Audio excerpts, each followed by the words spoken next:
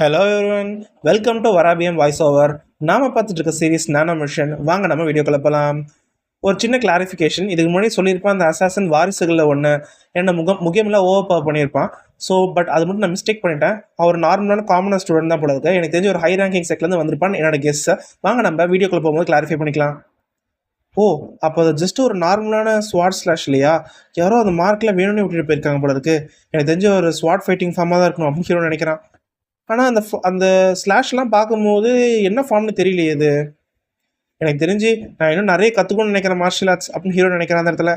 நானோ இந்த ஸ்கேன் பண்ண இந்த ஸ்வாட் ஃபார்மை ஒன்றால் காமிக்க முடியுமா? எனக்கு காமிக்க முடியும் மாஸ்டர். ஆனால் அதுக்கு முன்னாடி இந்த ராக் வந்து எந்தளவுக்கு ஹார்டாக இருக்குது, இது எந்தளவுக்கு திக்காக இருக்குன்னு நான் தெரிஞ்சுக்கணும் மாஸ்டர். அது எப்போ நான் டெஸ்ட் பண்ணுறது? உடச்சி பார்த்துட்டோம் பேசாமல். தம்பி என்னப்பா நீ மேனுவல் படிக்க போகிறேன்னு நினச்சேன். ஓ அதுவா? ஓஹோ, இந்த ஸ்டோனோட பின்னாடி சைடை பார்த்துட்டு இருக்கேன். நீ யாரும் கிறுக்கி வச்ச மாதிரி இருக்குல்ல. எவ்வளோ மோசம் தெரியுமா? பட் ஒரு ரூமர் பரவிட்டு இருந்துச்சுப்பா. இந்த கல் பின்னாடி இருக்கிற கோட் எல்லாமே ஏதோ நம்ம டிமானிக் லாட் விட்டுட்டு போனால் ஸ்வாட் டெக்னிக்காமா. இது நம்ம டிமானிக் லாட் விட்டு டெக்னிக்கா?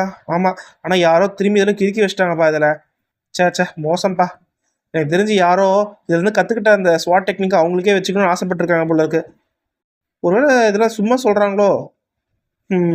சரிப்பா, எனக்கு டைம் ஆகிடுச்சு, நான் கிளம்புறேன். நல்ல வேலை அவர் இப்போ கிளம்புறாரு.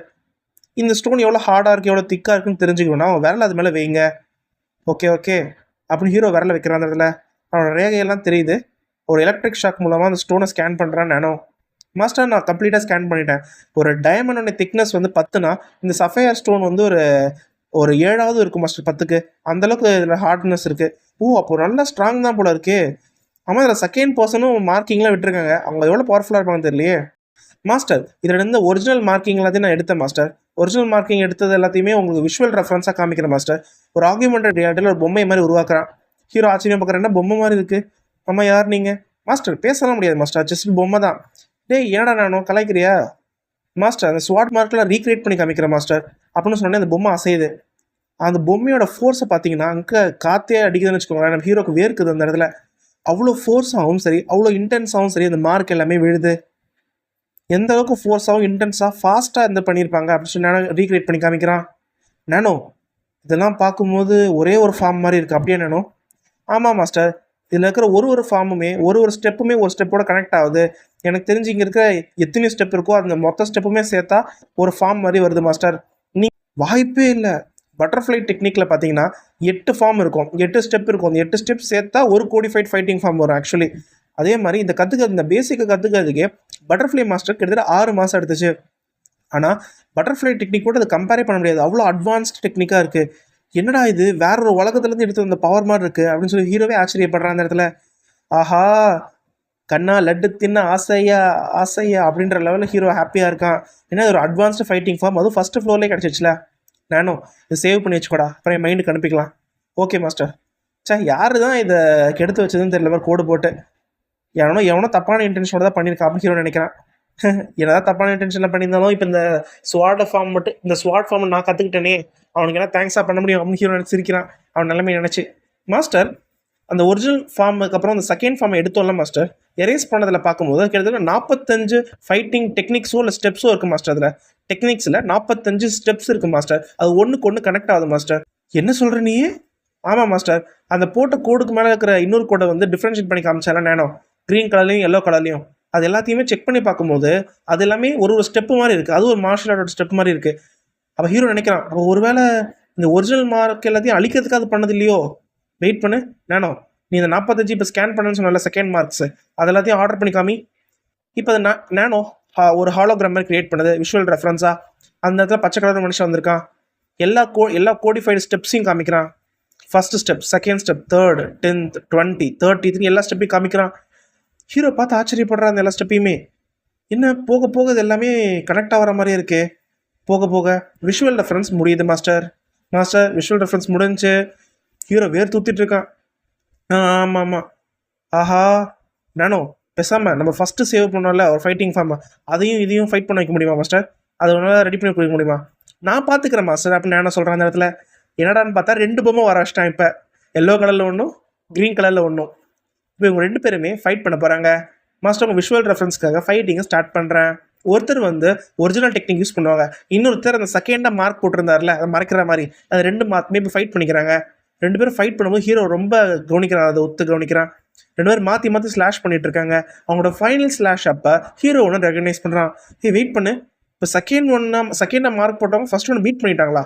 நான் நினச்சேன் ஃபர்ஸ்ட் ஃபார்ம் வந்து பெஸ்ட் இருக்கிறதுலே இந்த வேற உலகத்துலேருந்து வந்த பவர் மாதிரி இருக்கே, இது இருக்கிறது ஸ்ட்ராங்கஸ்டான டெக்னிக்காக இருக்குன்னு பார்த்தா, ஆனால் செகண்ட் ஒன் கொஞ்சம் டெக்னிக் டிஃப்ரெண்ட்டாக தான் இருந்துச்சு. ஜெயிச்சிட்டான் அவன். ஒருவேளை அப்பதான் ஹீரோ புரிஞ்சுக்கிறான், அதாவது இந்த ஃபர்ஸ்ட் மார்க் இருக்குல்ல, இந்த டீமன் லாட் தான் போட்டாரு, இந்த டீமன் லாட்டோட டெக்னிக்கே தோக்கடிக்கிற மாதிரி ஒரு டெக்னிக்கா இருக்கணும் அப்படின்னு சொல்லிட்டு தான் செகண்டா இந்த பர்சன் என்ன பண்ணியிருக்காரு, அந்த கோடு மேலே இவர் கோடு போட்டிருக்காரு. கோடு போட்டு அந்த டெக்னிக்கை நெகெட் பண்றதுக்கு ட்ரை பண்ணியிருக்காரு. அப்பதான் ஜெயிக்க முடியல செகண்ட் ஒன் பர்சன். அதனால ஹீரோக்கு அந்த மாதிரி புரிய வருது. சார் எனக்கு ஒரு கொஸ்டின், இந்த சஃபையர் ஸ்டோன் இருக்குல்ல சார் இந்த ஃபர்ஸ்ட் ஃப்ளோர்ல, இதே மாதிரி அடுத்த ஃப்ளோர்லாம் இருக்கா என்ன? இல்லை தம்பி, நான் ஃபர்ஸ்ட் ஃப்ளோர் தான் ஒர்க் பண்ணியிருக்கேன், பட் நான் கேள்விப்பட்டிருக்கேன் அடுத்தடுத்த ஃப்ளோர் ஸ்டோன் இருக்குன்னு. ஹீரோ சிரிக்கிறான்.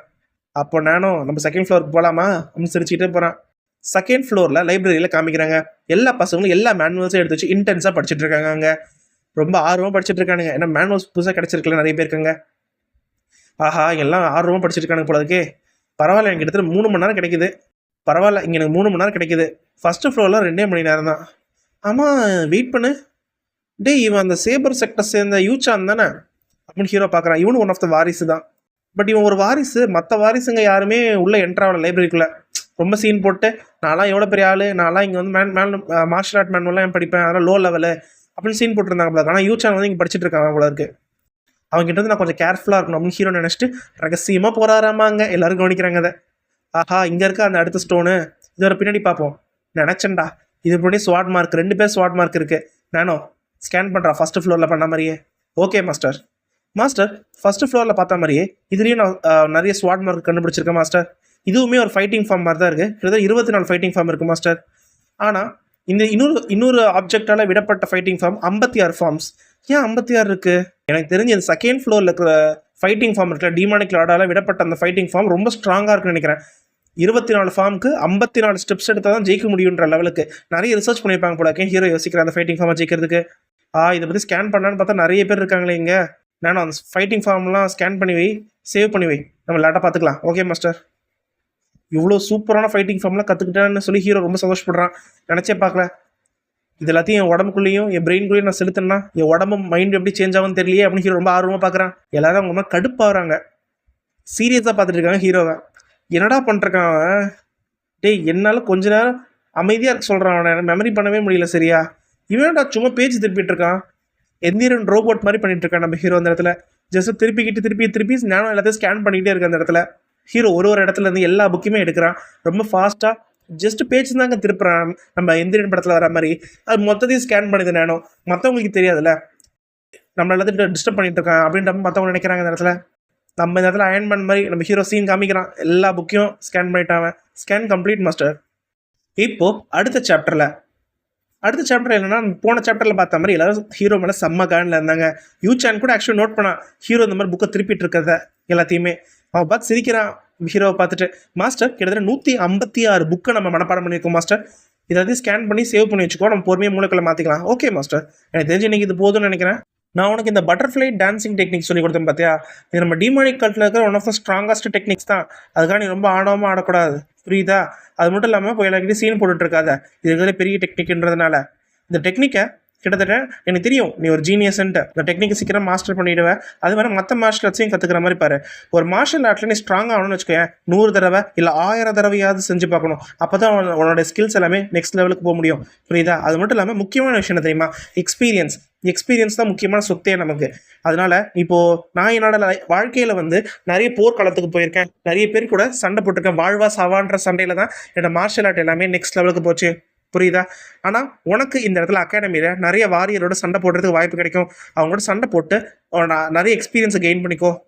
மாஸ்டர், எனக்கு அதெல்லாம் தேவையே இல்லை மாஸ்டர், என்கிட்ட நானும் இருக்கே, நான் எல்லாரோடையும் சிமுலேட் பண்ணி எல்லாரோட ஸ்கில்ஸையும் கால்குலேட் பண்ணிப்பேன் மாஸ்டர். என்னால் ஃபைட்டிங் எக்ஸ்பீரியன்ஸும் ஈஸியாக கெயின் பண்ண முடியும்னு நினைக்கிறான். அதை நான் முக்கியமான பொம்மை வர வச்சு ஃபைட் பண்ண பார்த்தீங்களா ப்ரீவியஸ் சாப்டரில், அதே மாதிரி பண்ணிப்பேன்றான். தம்பி, கரெக்டான டைமுக்கு தான் வெளியே வந்திருக்கேன். இப்போ கரெக்டாக 3 மணி நேரம் முடியுது. சரி, நீ கிளம்பு. Okay sir. ஆமாம், யாரோ ஒன்று கேட்டாங்க தம்பி, நீ எப்போ வெளியே வருவேன்னு. யாரு? சரி விடு, தெரியல. போ, ஒரு வேளை யாரோ வெயிட் பண்ணுறாங்களோ எனக்கு. சரி, அது இப்போ இம்பார்ட்டண்டான மேட்டர் இல்லை. 2வது எக்ஸாம் பாஸ் பண்ணதுனால எல்லாருக்கும் ஒருத்தருக்கும் தனியாக ஒரு பர்சனல் ட்ரைனிங் ரூம் தருவாங்க. அங்கே போய் நான் என்னோட மூளைக்கு நான் கற்றுக்கிட்ட மார்ஷல் ஆர்ட் எல்லாத்தையும் ட்ரான்ஸ்ஃபர் பண்ணணும். அது எவ்வளோ இன்ட்ரெஸ்டிங்காக இருக்க போதோ கற்றுக்கிறது அப்படின்னு ஹீரோ நினைக்கிறான் அந்த இடத்துல. இப்போது அந்த பர்சனலாக இருக்கிற ட்ரைனிங் ரூமுக்கு ஹீரோ போயிட்டுருக்கான். போயிட்டு இருக்கும்போது ஒரு குறுக்க இந்த கௌஷிக் வந்தான்ற மாதிரி ஒருத்தன் வழி மறைக்கிறான். டேய், நான் உன ஹாஸ்டல் ரூம்லாம் போய் தேடிட்டேன்டா, பார்த்தா நீ இங்கே தான் இருக்கியாடா, ஸ்டூடெண்ட் நம்பர் 7, இந்த குரூப் 6 வழி நடத்துகிற லீடர் இவன் தானே, நான் முக்கியமாக கூட ஓவர் பவர் பண்ணியிருப்பேன் அசாசின் மாதிரி வந்து, ஏன் என்னை திரும்பி பார்க்க வந்திருக்க? ஏய் என்ன எனக்கு தெரியாத மாதிரி சீன் போடாத அப்படின்ற மாதிரி அவன் கடுப்பாக வரான் அந்த இடத்துல. நீ பண்ணது எல்லாமே தெரியாதுன்னு நினைக்கிறியா?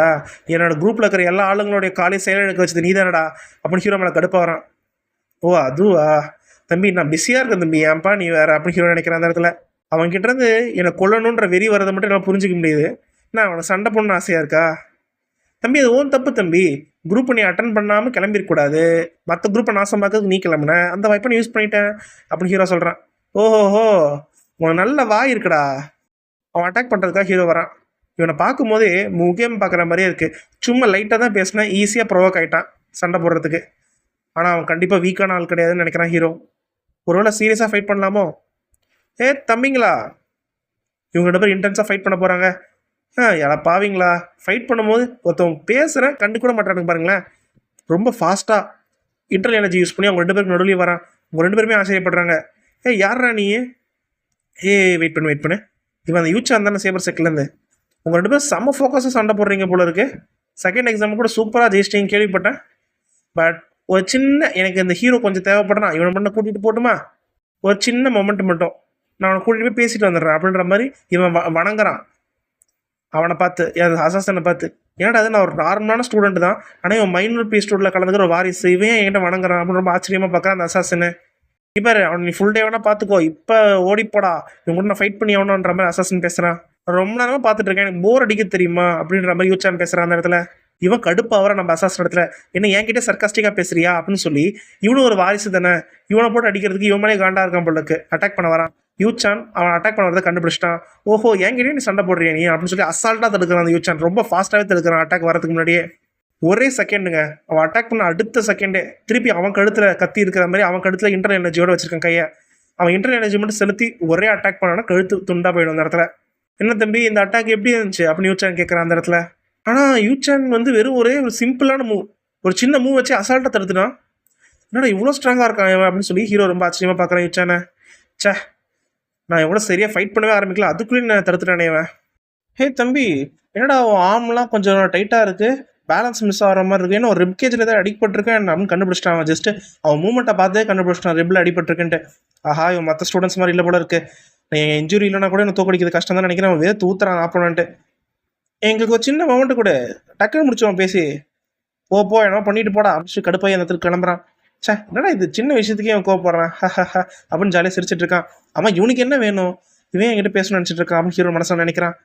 ஆஹா ஹீரோ வந்து இப்போ வீக்காக இருக்காங்க நம்ம யூச்சானை விட, அதனால் ஹீரோ என்ன நினைக்கிறான்னா இவனை ஜெயிக்கிற அளவுக்கு நான் இப்போ வீக்காக தான் இருக்கேன், ரொம்ப வீக்காக இருக்கேன், இவங்க கூட என்னால் ஃபைட் பண்ண முடியாதுன்ற மாதிரி ஹீரோ நினைக்கிறான் மனசில்.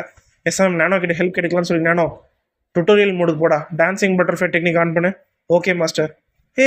அவ்வளோலாம் போத்தாவில்ல தம்பி, இங்கே பாரு எனக்கு புரியுது நீ என் மேலே இவ்வளோ கடுப்பாக இருக்கேன்னு, நிறைய பிரச்சனை நடந்திருக்கு தான், அதுக்காக நீ எப்போ பார்த்தாலும் என் கூட ஃபைட்டிங்லேயே இருக்கணும்னு அவசியம் இல்லை சரிதா.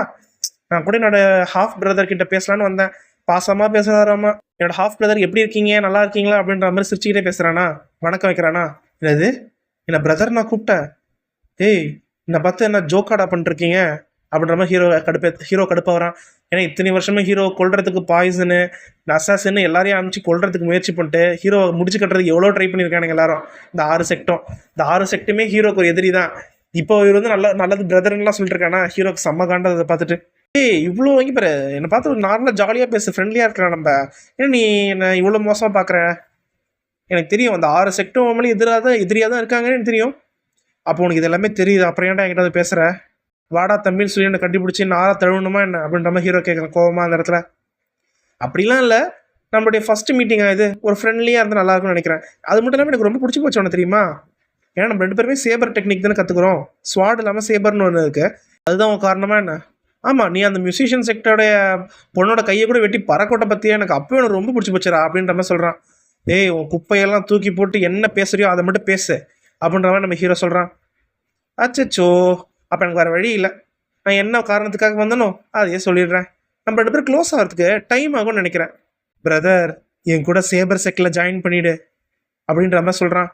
அந்த 6 செக்ட்டுமே நம்ம ஹீரோக்கு ஒரு பெரிய எதிரி தான். இப்போ இந்த மாதிரி இடத்துல ஹீரோ எப்படி ரியாக்ட் பண்ண போகிறோம் எல்லாத்தையும் நம்ம அடுத்த எபிசோடில் பார்க்கலாம். வெயிட் பண்ணி வீடியோ பார்க்குற எல்லாருக்குமே ரொம்ப நன்றி. மறக்காமல் இந்த வீடியோக்கு லைக் பண்ணுங்கள். இந்த சேனலுக்கு புதுசாக வந்து சப்ஸ்கிரைப் பண்ணுங்கள். மறக்காமல் கமெண்ட் பண்ணுங்கள். Thank you all.